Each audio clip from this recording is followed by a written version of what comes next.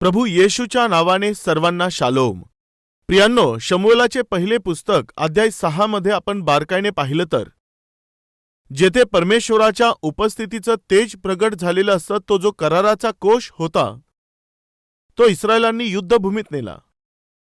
म्हणजे त्यांचा विचार त्यामध्ये असा होता की परमेश्वराची उपस्थिती आमच्या बरोबर असेल तर आम्ही विजयी होऊ. आज आमच्यात किती लोकांना असं वाटतं की देव जर आमच्या जीवनात असेल तर आम्हाला विजय मिळेल, असं बोलणारे लोक आपला हात दाखवा. ठीक आहे, आता जे देवाच्या उपस्थितीचं दर्शक आहे ते आहे देवाचं हे वचन. वचनच देव आहे. प्रारंभी शब्द होता, शब्द देवासह होता आणि शब्द देव होता, आणि तेच वचन आत्मा आणि सत्य यांनी परिपूर्ण होऊन आपल्यात वस्ती करण्यास आलं. तो म्हणजेच प्रभू येशू ख्रिस्त आहे. म्हणजे वचन देव आहे. हे वचनच देव आहे. यामुळे जेथे देवाचं वचन आहे तेथे परमेश्वराची उपस्थिती असते. हाच आपला सर्वांचा विश्वास आहे. तर मग कृपया लक्ष द्या. आता एक दारुड्या व्यक्तीने आपल्या हातामध्ये बायबल घेऊन चालत असला तर जीवनात त्याला सर्व मिळेल का? एक भटका आणि उन्हाळ व्यक्ती जर आपल्या जीवनात बायबल घेऊन चालत असला तर त्याला आपल्या आयुष्यामध्ये यश मिळेल का? एक पापी मनुष्य बायबल घेऊन चालत असला तर काय त्याला त्याच्या जीवनामध्ये यश मिळेल का? शक्य नाहीये. कृपा करून लक्ष द्या. केवळ बायबल आपल्या हातामध्ये असेल, आपण बायबल उचलून चालत असू किंवा बायबल आपल्या पॉकेटमध्ये ठेवत असू किंवा आपल्या बॅगेमध्ये आपण बायबल जवळ बाळगत असू, परंतु आपल्या जीवनामध्ये आणि आपल्या हृदयामध्ये जर परमेश्वर नसेल तर मग बायबल तुम्ही हातात उचलून घेऊन जा, बॅगमध्ये ठेवा किंवा उशीखाली ठेवा, केवळ एवढ्यावरूनच तुम्हाला तुमच्या जीवनामध्ये आशीर्वाद मिळणार नाहीत.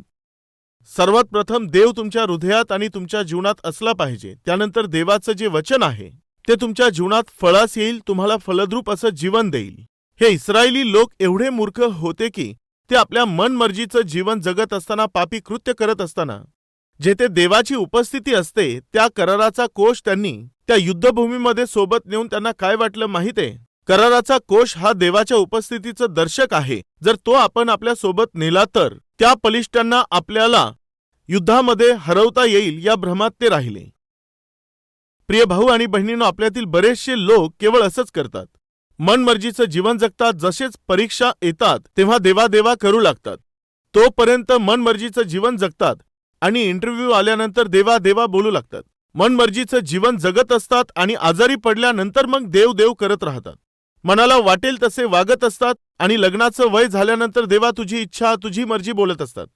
कृपया लक्ष द्या. तुम्ही आपल्या मनमर्जीचं जीवन जगून आपलं जीवन हे पूर्णपणे डॅमेज करून, पूर्णपणे जीवनाला बर्बाद करून शेवटी परमेश्वराकडे येऊन अगदी सिंपली देवा मला आशीर्वाद दे असं म्हटलं तर कसं चालेल? प्रिय भाऊ आणि बहिणींनो, त्या काळी इस्रायली लोकांनी देवाच्या कराराचा कोश त्यांनी युद्धभूमीमध्ये नेला, तेव्हा बलिष्ठांनी येऊन तो कोशच त्यांनी आपल्या देशामध्ये पळवून नेला. कृपया लक्षात घ्या, कोश हा देवाच्या उपस्थितीचं दर्शक होता. देवाच्या उपस्थितीचं दर्शक म्हणून त्या काळामध्ये इस्रायली लोक त्याला मानत होते. आता पवित्र परमेश्वराची उपस्थिती पापी लोकांमध्ये पोहोचल्यामुळे परमेश्वराने बलिष्ठी लोकांना ग्रंथींनी पिडलं. जेव्हा ते रोगाने पिडले तेव्हा अतिशय ते घाबरून गेले. देवाच्या उपस्थितीचं दर्शक असणाऱ्या त्या कोशामुळे ते लोक घाबरून गेले आणि पुन्हा तो कोश त्यांनी इस्रायलांना परत केला. जसंच देवाच्या पवित्र उपस्थितीचं दर्शक असणारा तो कोश इस्रायलामध्ये परत आला, तेव्हा तेथील काही लोकांनी, काही लेव्यांनी कोशाच्या प्रती जे वर्तन ठेवलं पाहिजे होतं, असं पवित्र आचरण त्या इस्रायली लोकांनी, लेव्यांनी केलं नाही. त्या कोशाच्या बाबतीत जे आचरण ठेवलं पाहिजे तसं न केल्याने देवाने त्यांना दंड दिला. प्रियांनो, जसं आपल्याला माहित आहे की आपल्या घरामध्ये इलेक्ट्रिसिटी जी असते ती अति गरजेची अशी आहे. करंट नसेल तर आपल्याला काही काम करता येणार नाही. इलेक्ट्रिसिटी अतिशय गरजेची आहे, परंतु त्यापासून खूप सावध राहावं लागतं. ओले हात घेऊन, ओले पाय घेऊन जर आपण लाईटशी खेळत असू तर आपला प्राण जाऊ शकतो. म्हणजे करंट आपल्यासाठी गरजेचं आहे, पण त्यापासून सावध राहावं लागतं. जर नाही राहिलो तर जीव निघून जाऊ शकतो. यापेक्षाही अधिक गरजेचं देवाचं सानिध्य आहे. देव आपल्यासाठी खूप गरजेचं आहे. जर आपला जीव, आत्मा, शरीर सुख शांतीने आणि भरपुरीने आपल्याला राहायचं आहे तर देवाचं सानिध्य आपल्या घरात, आपल्या हृदयामध्ये असलं पाहिजे. देवाच्या सानिध्याशिवाय या जगामध्ये आपल्याला काही प्राप्त होणार नाही. येशूने म्हटलं की मी पित्यापासून वेगळं राहून काही करू शकत नाही. प्रत्यक्ष येशू ख्रिस्तच पित्यापासून वेगळा होऊन मीच काही करू शकत नाही असं प्रभूने म्हटलं तर मग तुम्ही, मी, आपण काय करू शकणार आहोत? यामुळे आज आपणा सर्वांना परमेश्वराची उपस्थिती आणि त्याचं सहाय्य अति गरजेचं आहे व त्याचबरोबर देवानी आमच्या हृदयामध्ये, आमच्या जीवनामध्ये, आमच्या घरामध्ये राहावं यासाठी आपण सावधगिरी ही बाळगली पाहिजे. पुन्हा सांगतो, इलेक्ट्रिसिटी गरजेची आहे, पण तिच्याशी खेळू तर आपला प्राण जाईल. तसंच देवाचं सानिध्य आपल्याला गरजेचं आहे, पण त्याच्या सानिध्यामध्ये आपण मनमर्जीचं जीवन जगू तर परमेश्वर निश्चित दंड देतो. हेच पलिष्ठांच्या जीवनात घडलं, इस्रायल लोकांच्या जीवनात हेच घडलं. यामुळेच देवाच्या उपस्थितीविषयी जी चूक त्यांनी केली ती समजून त्यांनी सुधारले असते तर बरं झालं असतं. पण त्यांनी जेथे देवाचं सानिध्य आहे त्या कोशालाच दूर लोटून दिलं. नाही नाही, आम्हाला तो कोश नको आहे, नको आहे, ती देवाची उपस्थिती आमच्यात नको असं म्हणून त्यांनी त्या कोशाला आपल्यापासून दूर लोटलं. मग ओबेदअदोम नावाच्या एका व्यक्तीने जेव्हा तो कराराचा कोश आपल्या घरी नेला तेव्हा कोशामुळे त्याच्या घराण्याला आशीर्वाद मिळाला आहे असं आपण पाहतो. आपण देवाचे गौरव करू तर देव आपलं गौरव करेल. जर देवाची आशा आपण धरू तर आपल्याला त्याचे आशीर्वाद मिळतील. ओबेदअदोम नावाच्या मनुष्याने कराराचा कोश जेव्हा आपल्या घरामध्ये नेला तो भरपूर आशीर्वादित झाला. प्रिय भाऊ आणि बहिणींनो, देवाला आपल्या घरामध्ये नेणं आशीर्वादाचं कारण आहे. 20 वर्षांपर्यंत देवाच्या सानिध्याला आणि त्याच्या कोशाला इस्रायली लोकांनी स्वतःपासून दूर ठेवलं व त्यानंतर त्यांनी रडण्यास सुरुवात केली. देवाशिवाय आम्ही जीवन जगून, देवाची उपस्थिती गमावून, देवाचं सहाय्य न घेता, देवाचे आशीर्वाद न मिळवता कधीपर्यंत अंधकारात जगायचा हा विचार करून देवाच्या सानिध्यासाठी ते रडले. ते रडू लागल्यानंतर शमूएलाने त्यांच्याकडे पाहून तो काय म्हणाला आपण पाहूया. चला ते वाचू. शमूएलाचे पहिले पुस्तक अध्याय 7 दुसरे वचन दुसऱ्या लाईन पासून. त्यानंतर सर्व इस्रायल लोक परमेश्वराच्या दर्शनाविषयी आतुर झाले. आता इस्रायली लोकांना देवाच्या सानिध्याचं महत्त्व समजलं. देवाच्या दर्शनासाठी आता ते लोक आतुर झाले. जेव्हा ते असे आतुर झाले तेव्हा शमूएल त्यांना काय म्हणाला पहा. तेव्हा शमूएलाने अवघ्या इस्रायल घराण्याला सांगितलं, तुम्ही मनपूर्वक परमेश्वराकडे वळला आहात तर, म्हणजे तुम्ही वळला आहात तर तुम्ही देवापासून दूर गेलात. नको तिकडे तुम्ही गेले पाहिजे ते पापी कृत्य केले, वाईट जागेंमध्ये गेले, पिले, खाल्ले, मौज मस्ती केली. परत या. जितके पापी कृत्य केले ते खूप झाले, जितकी मौज मस्ती केली ती खूप झाली. परत या, परत या, परमेश्वराकडे माघारी फिरा. आपल्या जीवनाचा आणि उपजीविकेचा जो आधार आहे त्या देवाकडे माघारी या. तो काय म्हणत आहे, जर वळले आहात तर तुमच्यातील अन्य देव व अष्टरोत ह्यांना दूर करा आणि परमेश्वराकडे आपले चित्त लावून केवळ त्याचीच उपासना करा. जे परके दैवत आहेत, अष्टोरेत जे पलिष्ठांचं दैवत आहे, त्यांना तुम्ही सोडून द्या. त्यांच्यापासून दूर व्हा. परमेश्वराकडे तुम्ही वळा व केवळ देवाचीच उपासना करा, म्हणजे तो तुम्हाला बलिष्ठांच्या हातातून सोडवेल. काय म्हणत आहे, तुम्हाला सोडवेल. प्रियांनो, तुम्हाला शत्रूंच्या भीतीपासून सुटायचं आहे का? तुम्हाला घाबरवून सोडणाऱ्या परिस्थितीपासून, घाबरवून सोडणाऱ्या लोकांपासून व घाबरवून सोडणाऱ्या आजारांपासून, घाबरवून सोडणाऱ्या आर्थिक अडचणींपासून, तसंच तुम्हाला घाबरवणाऱ्या आयुष्यातील बऱ्याचशा समस्येपासून सुटका मिळवून तुम्हाला विजय प्राप्त करण्याची आशा आहे का? तर देव एक अद्भुत मार्ग इस्रायली लोकांना सांगत आहे. तो कोणता ठाऊक आहे? आजपर्यंत जे पापी कृत्य तुम्ही केले आहेत ते सर्व सोडून केवळ माझ्याकडे वळा, माझीच उपासना करा, माझ्या जवळ या, माझी सेवा करा, तेव्हा तुम्हाला आपल्या जीवनामध्ये विजय प्राप्त होईल. प्रिय भाऊ आणि बहिणींनो, चांगला अभ्यास करायचा आहे, चांगले मार्क आणायचे आहे असं जर एखाद्या विद्यार्थ्याने विचार केला तर त्याने काय केलं पाहिजे? खेळणं वगैरे सर्व सोडलं पाहिजे. वाईट संगती, वाईट मित्र, वेळ वाया घालवणाऱ्या सर्व वाईट मित्र सोडून द्यायचे आहेत आणि आपल्या वेळेचा योग्य वापर करायचा आहे. एक शिस्तबद्ध आणि अनुशासनाने भरलेलं जीवन जगलं पाहिजे. तेव्हाच तर त्याला यश मिळेल ना. ऑपरेशन केल्याने जर रोग बरा होईल असं सांगितलं तर ऑपरेशन करण्यासाठी शुगर लेवल नॉर्मल असली पाहिजे. जर तुमची शुगर लेवल 400-500 असेल तर ऑपरेशन करतील का? ऑपरेशन करणार नाही. ते काय म्हणतील, शुगर लेवल अगोदर डाऊन झाली पाहिजे. तुमचा डायबेटीस, तुमची शुगर लेवल नॉर्मल स्थितीत आल्यावरच तुमचं ऑपरेशन करता येईल. जर ते हाय लेवलला असेल तर ऑपरेशन करता येणार नाही. अगदी तसंच तुमच्या जीवनामध्ये तुमची आत्मिकता, तुमची पवित्रता देवाच्या इच्छेप्रमाणे असेल तेव्हाच देव जे अद्भुत कार्य, अलौकिक कार्य तुमच्या जीवनात करू इच्छित आहे ते तो करील. तुम्ही तुमच्या मनाला वाटेल तितके पापी कृत्य आणि पापी जीवन जगत राहाल तर तो अद्भुत कार्य करणार नाही. यामुळेच देव शमूएलाच्या द्वारे इस्रायल लोकांना सांगत आहे, तुम्ही आपलं जुनं जीवन सोडून, घाणेरडं जीवन सोडून परमेश्वराकडे वळाल तेव्हाच ज्या लोकांना पाहून तुम्ही घाबरत आहात, ज्यांच्यामुळे तुमची झोप उडालेली आहे, त्या बलिष्ठांना देवाने तुमच्यापासून काय करेल म्हटलं? दूर करेल म्हटलं. हे ऐकल्यानंतर इस्रायली लोकांनी काय केलं पाहूया.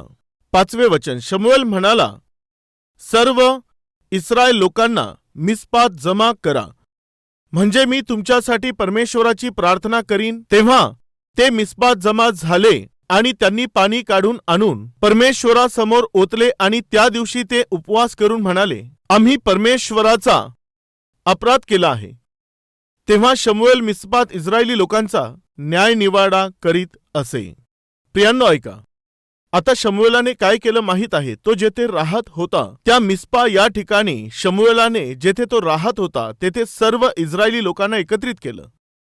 तुम्ही सर्व मिस्पा येथे जमा व्हा, मी तुम्हासाठी प्रार्थना करील म्हटल्यावर सर्व लोक मिस्पा येथे एकत्रित आले व तेथे त्यांनी शमूएलासमोर काय केलं माहीत आहे? सर्वांनी उपवास करून तोपर्यंत त्यांनी जे पापी कृत्य केलेले होते त्याविषयी त्यांनी परमेश्वरासमोर पश्चाताप केला.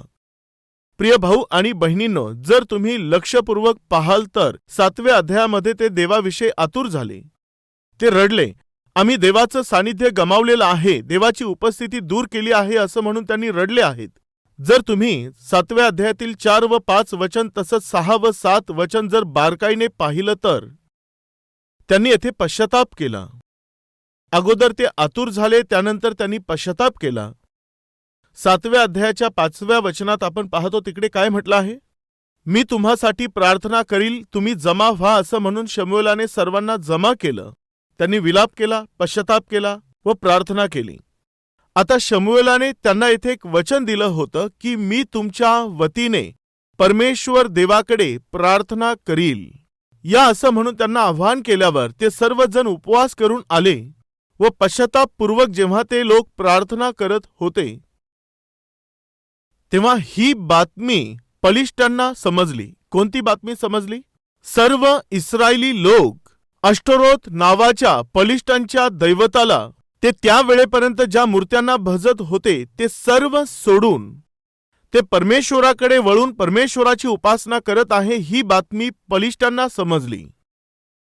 कृपया लक्ष द्या, बलिष्ठांचं राज्य हे सैतानाचं राज्य आणि बलिष्ठी हे सैतानाचे हस्तक आहेत. ज्या प्रकारे मिसर हे जगाचं प्रतीक आहे आणि फारो हा सैतानाचं प्रतीक आहे, जसं यरीहो जगाचं प्रतीक आहे आणि यरुशलेम हे परमेश्वराच्या उपस्थितीचं प्रतीक आहे, तसंच बलिष्ठांचा देश जगाचं प्रतीक आहे. बलिष्ठी हे सैतानाचे हस्तक आहेत. जसंच इस्रायली लोकांनी आपलं जुनं आणि घाणेरडं जीवन सोडून देऊन देवाला अनुकूल असं जीवन आम्हाला जगायचं आहे असं म्हणून पश्चाताप करून देवाकडे प्रार्थना करून जेव्हा ते स्वतःचं अर्पण परमेश्वराच्या हाती करत होते तेव्हा ते शत्रू असणारे बलिष्ठी शांत राहिले नाहीत. त्यांनी अचानकच इस्रायली लोकांवरती हल्ले केले. कोणत्या वेळेत केले? जेव्हा इस्रायली लोक आपलं जीवन देवाला अर्पण करत होते तेव्हा केले. कोणत्या वेळेत हल्ले केले?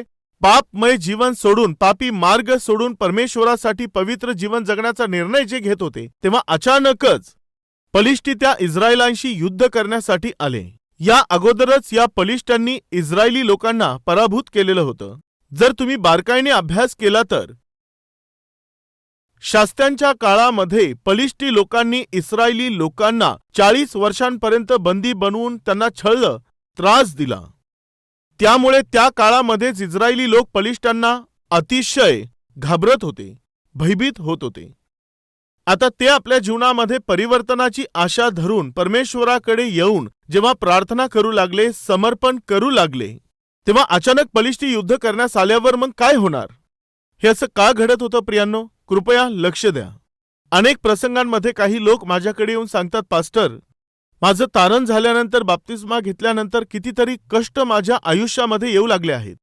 कधी आल्या नाहीत अशा समस्या, कधी घडले नाही असे मतभेद, कधी आल्या नाही एवढ्या मोठ्या आर्थिक अडचणी, कधी आले नाहीत असे आजार, कधी माझ्यावर, कधी पत्नीवर किंवा कधी माझ्या मुलांवर काही ना काही समस्या येत चाललेल्या आहेत. बाप्तिस्मा घेण्यापूर्वी असं काही नव्हतं, पण बाप्तिस्मा घेतल्यापासून माहिती नाही का आमच्या जीवनामधले कष्ट असे वाढत चालले आहेत. माझं तारण होण्यापेक्षा माझं तारण झाल्यानंतर माझ्या जीवनातील अडचणी वाढत चाललेल्या आहेत. असं का घडत आहे माझ्या लक्षात येत नाहीये. अशा प्रकारे बोलणारे लोक आपल्यात नाही आहेत का? निश्चितपणे आहेत. खरं असं का घडत असतं? कृपा करून लक्ष द्या. जेव्हा देवापासून तुम्ही दूर जगले तेव्हा सैतानाच्या हातातील सैतानाचे मुलं बनून तुम्ही जगले. तो बस म्हटल्यावर बसले, उठ म्हटल्यावर उठले, झोप म्हटल्यावर झोपले, पी म्हटल्यावर पिले, फिर म्हटले तर फिरले, मार म्हटले तर मारलं. त्याच्या हातातील गुलामाप्रमाणे तुम्ही जगले. त्याने तुमच्यावर सर्व आशा ठेवली होती की काहीही करून या व्यक्तीला नरकात घेऊन जायचं आहे आणि तिथे कायमस्वरूपी जाळत ठेवायचं आहे. ही आशा तुमच्यावर ठेवून, तुमच्यावरती नजर ठेवून तो तुमच्या अवतीभोवती फिरत असायचा. अचानक त्याचा हात तुम्ही सोडून जसंच तुम्ही येशूचा हात येऊन पकडला तेव्हा त्याला काय वाटतं की हा तर माझा माणूस आहे आणि मला असं सोडून हा येशूकडे गेला आहे असं म्हणून तो तुमचा पाठलाग करतो व काहीही करून तुम्हाला आपल्या ताब्यात घेण्याचा प्रयत्न करू लागतो. यामुळे साधारणतः बाप्तिस्मा घेतल्यानंतर, तारण झाल्यानंतर आपल्या जीवनामधील समस्या किंवा परीक्षा ह्या अधिक वाढत जात असतात. पण प्रियानो, एक आनंदाची बातमी आहे. ती कोणती सांगायची तर जेव्हा तुमच्या जीवनात येशू ख्रिस्त नव्हता तेव्हा तुम्ही समस्येमधून गेले, अडचणीमधून गेले, आर्थिक अडचणीतून गेले, आजारामधून जात होते. पण त्या सर्वांचा सामना तुम्हाला एकट्यानेच करावा लागत होता. पण आता तुम्ही जीवनामध्ये येशू ख्रिस्ताला स्थान दिलं आहे. आता तो येशू तुमच्या सोबत आहे. आता येशू तुमच्या जीवनात असून देखील तो सैतान तुमच्या जीवनामध्ये कष्ट, अडचणी, आजार आणेल. परंतु तुमच्यासाठी आनंदाची बातमी ही आहे की पूर्वी सैतानाने तुम्हाला व तुमच्या जीवनाला जेव्हा अस्तव्यस्त केलं तेव्हा त्यांचा एकट्याने सामना तुम्ही केला. परंतु आता तो सैतान तुमच्या जीवनावर हल्ले करत असेल व तुमचा नाश करण्याचा प्रयत्न करत असेल, तुम्ही एकटे नाहीयेत. तर तो देव आता तुमच्या बरोबर आहे. तुम्ही देवापासून दूर होते तेव्हा तुम्ही एकटे लढत होता. आता देव तुमच्या पक्षाने आहे. यामुळे देव तुमच्या वतीने संघर्ष करून व त्या सैतानाला तुमच्यापासून दूर करून तो तुम्हाला विजय मिळवून देईल, तुम्हासाठी लढेल. त्यासाठी तो सामर्थ्य आहे, हा विश्वास तुम्ही ठेवा. जेव्हा इस्रायली लोकांनी आपलं जीवन परमेश्वराला अर्पण केलं त्यावेळेला अचानकपणे त्या शत्रूंनी हल्ले केले. काय तुम्ही लक्ष दिलं का?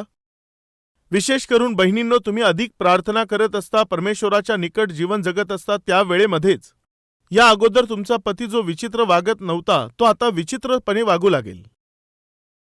तो नको तसं बोलू लागेल. तेव्हा तुमचा राग वाढू लागतो. विनाकारण तो आरडाओरड करू लागतो. तुम्ही कधी लक्ष दिलं? भावांनो, जेव्हा यापूर्वी तुम्ही मनमर्जीने जगत होते तेव्हा पत्नी विचार करायची कशाला विनाकारणच, त्यांना जर काही म्हटले तर विनाकारण मारतील, तेव्हा ती गप्प बसायची. पण जसंच तुम्ही आता दारू पिणं सोडून दिलं, दुष्टपणा सोडून देऊन तुम्ही आता एक चांगले व्यक्ती बनले. आता जसे तुम्ही बिल्ली म्याव बनून राहिल्यावर मग पत्नी कशी बनते? बरोबर ना? ते म्हणतात की सिंहासारखी डरकाळ्या फोडत आहे. माझ्यासोबत एक मुलगा सेवा करायचा आणि तो पूर्वी मनासारखं वागायचा. जे पाहिजे ते करायचा, प्यायचा, खायचा, पाहिजे तिकडे भटकायचा. तो अतिशय जाड होता आणि त्याचे वडील तर ते थोडेसे असे बुटके आणि अगदी अशक्त होते. हा रात्रीला 1 वाजता 2 वाजता जर घरी गेला तर ह्याने दरवाजा जर वाजवला तर बस त्याचे वडील फक्त दरवाजा उघडायचे, ते बाजूला व्हायचे. हा आरामात घरामध्ये जात असायचा. त्याचे वडील काही म्हणायचे नाही, अगदी गप्प बसायचे. कशामुळे? पिऊन आला आहे, कदाचित हात उचलेल, जाऊ द्या मला काय करायचं असा विचार करून ते बाजूला सरकायचे. असा तो दारुडा मनमर्जीचं जीवन जगणारा माझ्याकडून मिळालेल्या जिवंत वचनाद्वारे त्याचं तारण झालं आणि तो सुधारून गेला व त्यानंतर तो माझ्यासोबतच सेवेकार्यात भाग घेऊ लागला. मग आता सेवा कार्यात भाग घेतल्यावर जेव्हा तो घरी जायचा तेव्हा रात्रीचे 11-12 वाजायचे. तेव्हा त्याचे वडील दरवाजा उघडून, काय रे, अरे कोठून आला आहेस? हे काय सारखं प्रार्थना प्रार्थना, सेवा सेवा, हे काय आहे? हे असं मूर्खपणाने वागलास तर तुझे हातपाय नीट करेल. तुला काय वाटतं? कोण प्रियानं? हो, तेच वडील. पूर्वी जेव्हा हाच मुलगा दारू पिऊन घरी जायचा, मध्यरात्रीला जाऊन जेव्हा दरवाजा वाजवायचा तेव्हा शांतपणे दरवाजा उघडून शेजारी उभे राहायचे. जा भाऊ, जाऊन झोप, असं बोलायचे. आता हा सुधारून घरी गेल्यानंतर तो सैतान आता कोणाच्या जीवनात शिरला सांगा? वडिलांमध्ये शिरला. आणि शिरून काय बोलत आहे? का रे, हे काय मूर्खपणा लावला आहे? दुसऱ्या दिवशी तो मुलगा येऊन तो मला सांगायचा, पास्टर साहेब, जेव्हा मी पिऊन घरी जायचो तेव्हा माझे ते वडील मांजरीसारखे एका कोपऱ्यात बसायचे. आता सुधारल्यानंतर प्रभूकरिता जगून जेव्हा मी घरी जातो तेव्हा आता ते त्या मांजरीपासून असे बनलेत की जसे सिंह बनले आहेत पास्टर. यस, साधारणपणे साहजिकपणे असंच घडत असतं. जसंच तुम्ही आपलं जीवन परमेश्वराला समर्पित कराल, सैतान तुमच्या चहूबाजूच्या लोकांद्वारे, पतीकडून, पत्नीकडून, सासूकडून, मुलांकडून, सुनेकडून तुम्हाला घाबरवून सोडण्याचा प्रयत्न करतो. तुमच्या जीवनामधील शांती, आनंद दूर करण्याचा तो प्रयत्न करतो आणि त्याद्वारे सैतान मनात कोणता विचार टाकतो माहीत आहे? देवावर विश्वास ठेवला ना, खूप संकट येतात, खूप अडचणी येतात, खूप कष्ट आणि त्रास होत असतात. असं असत्य आणि खोटे संभ्रम तो आपल्या मनामध्ये पेरण्याचा प्रयत्न करतो. तेव्हा अनेक लोक विचार करतात, विश्वास ठेवला नाही तेव्हा सर्व ठीक होतं, विश्वास ठेवल्यावर खूप अडचणी येऊ लागल्या. जेव्हा विश्वास ठेवत नव्हतो तेव्हा सर्व ठीक होतं, विश्वास ठेवल्यावर समस्या वाढल्या. प्रिय भाऊ आणि बहिणींनो, कृपया लक्ष द्या. देवावर विश्वास ठेवण्या अगोदरही तुमच्या जीवनात समस्या होत्या, तुम्हाला त्या दिसून आल्या नाहीत. पण देवावर विश्वास ठेवल्यानंतर तो सैतान काय करतो ठाऊक आहे? त्या समस्या तो तुम्हाला मोठ्या करून दाखवत असतो. त्या सैतानाने तुमच्या त्या समस्यांना किती मोठं करून दाखवलं. तुमच्यामध्ये जो देव आहे तो त्यापेक्षाही मोठा आहे, हे सत्य तुम्ही विसरू नका. इस्रायली लोकांनी प्रार्थना करून देवासोबत मेलमिलाप केला. आज आपण देवाकडे प्रार्थना करणार आहोत आणि परमेश्वर आपल्या शत्रूंना आपल्यापासून दूर करणार आहे. देव आपण जे गमावलं आहे ते पुन्हा आपल्याला परत करणार आहे. देव तुम्ही कधीही पाहिले नाहीत असे मोठे आशीर्वाद तुम्हाला देणार आहे. आणि एवढंच नव्हे तर जे लोक तुमच्याशी वैर बाळगून तुम्हाला सतावत आहेत तेच लोक येऊन तुमच्याशी समेट करतील व तुमच्याशी मैत्री करतील, असं माझं देव करणार आहे. जर तुम्ही विश्वास ठेवत आहात तर माझ्यासोबत प्रार्थना करणार का? चला प्रार्थना करू. प्रत्येक जण प्रार्थनेत सहभागी होऊया.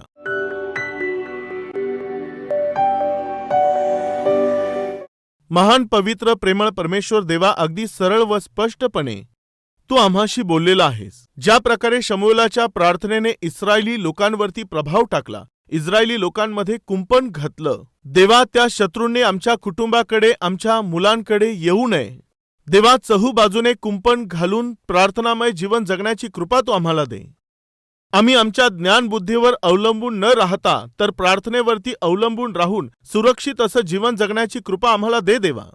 देवा, जेव्हा आम्ही तुझ्या चरणापाशी येऊन प्रार्थना करू तेव्हा परमेश्वरा, आमच्या शत्रूंना तू आमच्या अधीन करशील. त्या शत्रूंवरती तू आम्हाला विजय मिळवून देशील. जे आम्हाला घाबरवत आहे, धमकी देत आहे, त्यांना तू दूर करशील आणि आम्ही जे गमावलं आहे ते तू पुन्हा आम्हाला मिळवून देशील.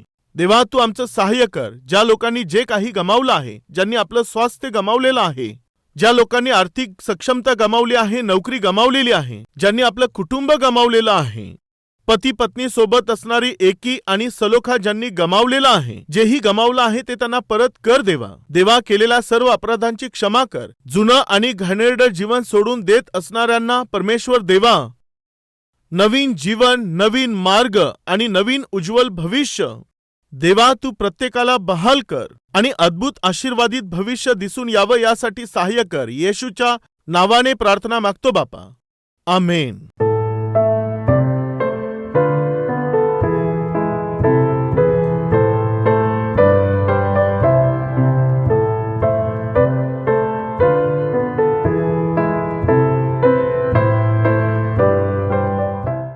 आमचा पत्ता Calvary, post box number 30, Kukatpally, Hyderabad 72.